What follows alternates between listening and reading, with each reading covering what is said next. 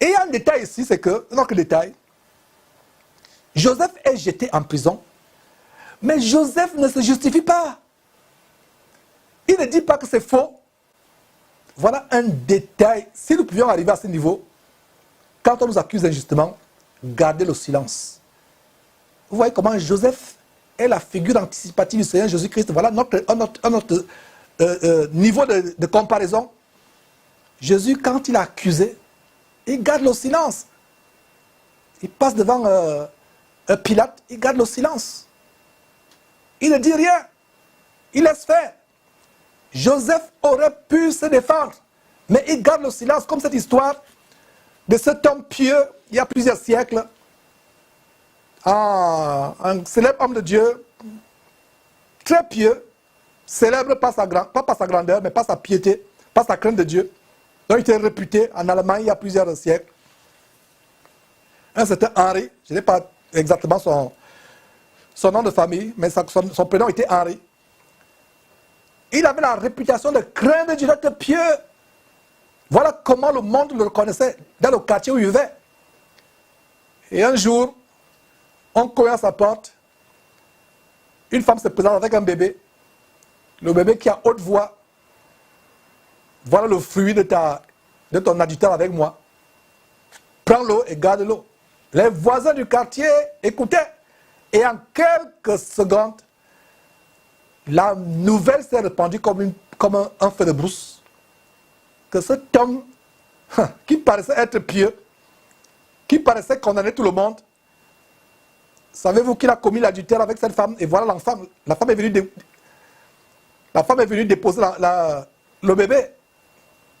Pourtant, cet homme ne connaissait pas cette femme, il ne l'avait jamais rencontrée. Qu'est-ce qu'il a fait? Il a pris le bébé, il l'a mené avec lui dans la maison. Cet homme n'était pas marié, il était seul. Il a fermé la porte derrière lui. Et il a élevé l'enfant comme le sien. Il ne s'est pas justifié. Voilà comment sa réputation a été ternie. Ternie. Voilà comment Joseph a sa réputation ternie, mais il ne s'est pas plaint.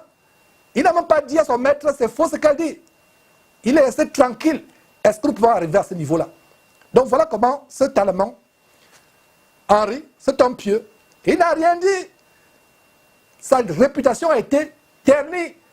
Les gens qui auraient pu aller vers lui pour qu'il leur prêche la parole, tout le monde s'est retiré de lui. Il a pris le soin d'élever cet enfant selon la voie du Seigneur. Plus tard, la femme se pointe, elle a eu la conviction du péché dans son cœur. Des années plus tard, la femme était déjà même grande.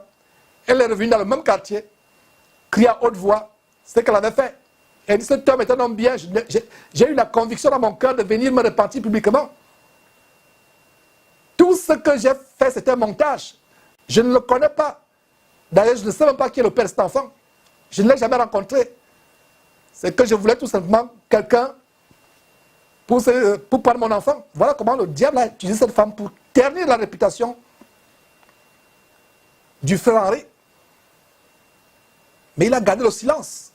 Mais un jour, peut-être 10 ans, 15 ans, 20 ans plus tard, Dieu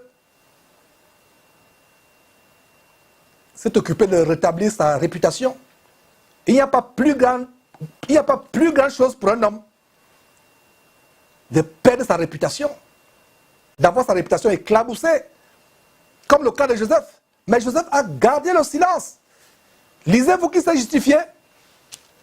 Lisez-vous qu'il a contesté. Exactement comme Jésus-Christ. Il a gardé le silence. Il a dit de Jésus-Christ comme un agneau muet compté dans la boucherie. Sans parler. Donc voilà Joseph qui se retrouve en prison. Un homme tellement bon. Voilà donc le détail de la vie de Joseph.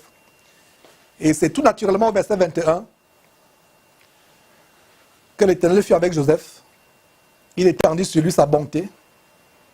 Il le mit en faveur aux yeux du chef de la prison.